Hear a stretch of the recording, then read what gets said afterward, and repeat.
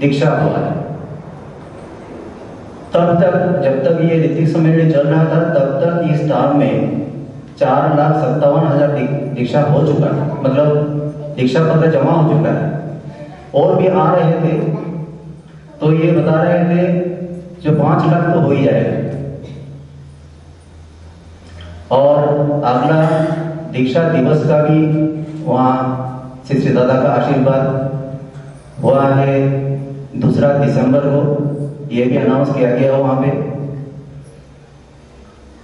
और जो हमारे प्रवीण कर्मी हैं वहाँ पे देवघर के 2-4 जैसे श्रद्धा सुनील करंदा, इन्होंने कुछ बातें रखी कर्मियों के सामने।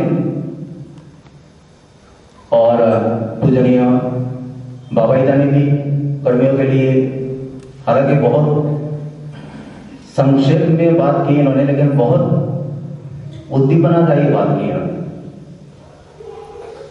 और सभी बहुत कर्मियों के बारे में कह रहे थे जो इस बार बहुत अच्छा काम हुआ है।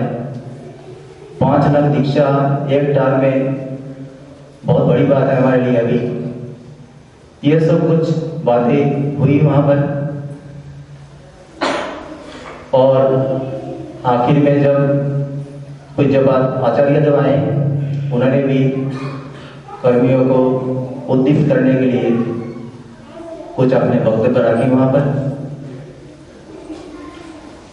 उसमें मुझे जो एक बात बहुत मतलब टच किया, बहुत नोट करने लायक मुझे लगा, ये मेरा अपना वो है। उन्होंने कहा एक बार करीब 20-25 साल पहले से इन्होंने दीक्षा हर साल कितना दीक्षा होता है उसका एक जायजा लिया था, जो 20 साल कितना दीक्षा हो रहा था। तो उसमें उन्होंने देखा काफी मतलब दीक्षा बढ़ना शुरू हुआ है, ज्यादा होना शुरू हुआ है करीब 20 साल पहले, 20-25 साल पहले। उसमें साल में देखा गया करीब 75 से 80 हजार दीक्षा होता था एक साल में। तो उस जगह आज एक टार में हो रहा है 5 लाख दीक्षा। कहते हैं अभी जाके अच्छा, उन दिनों जो 70-80 हजार दीक्षा होता था वो लगता था बहुत ज्यादा है, काफी ज्यादा, मतलब काफी अचीवमेंट है कर्मियों के लिए।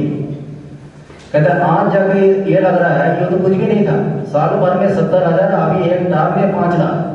कहता है वो बहुत ही छोटा संख्या लगता है। तो ये कहते हैं आगे जाके ऐसा होगा जो हर टार में ये 5 लाख बहुत ही मामूली संख्या लगेगा। मतलब उनके वो जो बात में उन्होंने एक इशारा दे दिया आगे किया होने वाला है। और ये एक हमारे जो कर्मियों के लिए भी एक संकेत है, जो आप भी तैयार हो जाओ उस सिचुएशन को मुकाबला करने के लिए। ये तो मुख्य बात है जो उनका, जो मुझे लगा। और बाबाईदा ने जब कहा, उन्होंने भी मतलब बहुत संक्षेप में एक छोटे से घटना बताया उन्होंने शुरू में। इन्होंने कहा मैंने बचपन में एक कहानी पढ़ा था जिसमें एक ऊंचा पहाड़ी के जगह में एक गिद्दड़ बैठा हुआ था, खड़ा हुआ था वहां पे। तो और सूरज ढल रहा था उसका पीछे की तरफ। तो उसने देखा सामने जंगल में उसका जो छाया, जैसे ढलते हुए सूरज का छाया बहुत बड़ा होता है, लंबा होता है। कहता उसने उसका छाया देखा, काफी बड़ा दिखाई दिया, जो सामने जंगल में पहाड़ी के नीचे जो दिखाई दी। उसने सोचा इसका छाया इतना बड़ा है तो मैं कितना बड़ा हूं, तो मैं तो जरूर बहुत बड़ा हूंगा। तो उस टाइम वो पहाड़ी के नीचे से बहुत बड़ा एक शेर जा रहा था। उसने सोचा मैं तो इतना बड़ा हूं, ये क्या है, तो उसके ऊपर झपट पड़ा उसने। तो शेर ने तो एक झपटा दिया, उसी से उस मर गया। तो बाबाईदा ने कहा तो हमारा हालत ऐसा ना हो दीक्षा के बारे में 5 लाख दीक्षा हो गया ये सोच के हमारा हालत वो गिदड़ जैसा ना हो, क्योंकि ये समझना चाहिए उसका छाया जो पड़ा था गिदड़ का ये सूरज के लिए, इसलिए और उसने वो सोचा ही नहीं सूरज के बारे में किस लिए छाया इतना बड़ा हुआ है। तो हमें भी ये ध्यान में रखना पड़ेगा जो भी दीक्षा होता है ये ठाकुर जी के कृपा से होता है, उनका आशीर्वाद से होता है। हमें ये नहीं सोचना है भाई हमने कुछ कर दिखाया, हमने कुछ नहीं किया, उनका आशीर्वाद ही मुख्य है इसमें। तो ये तो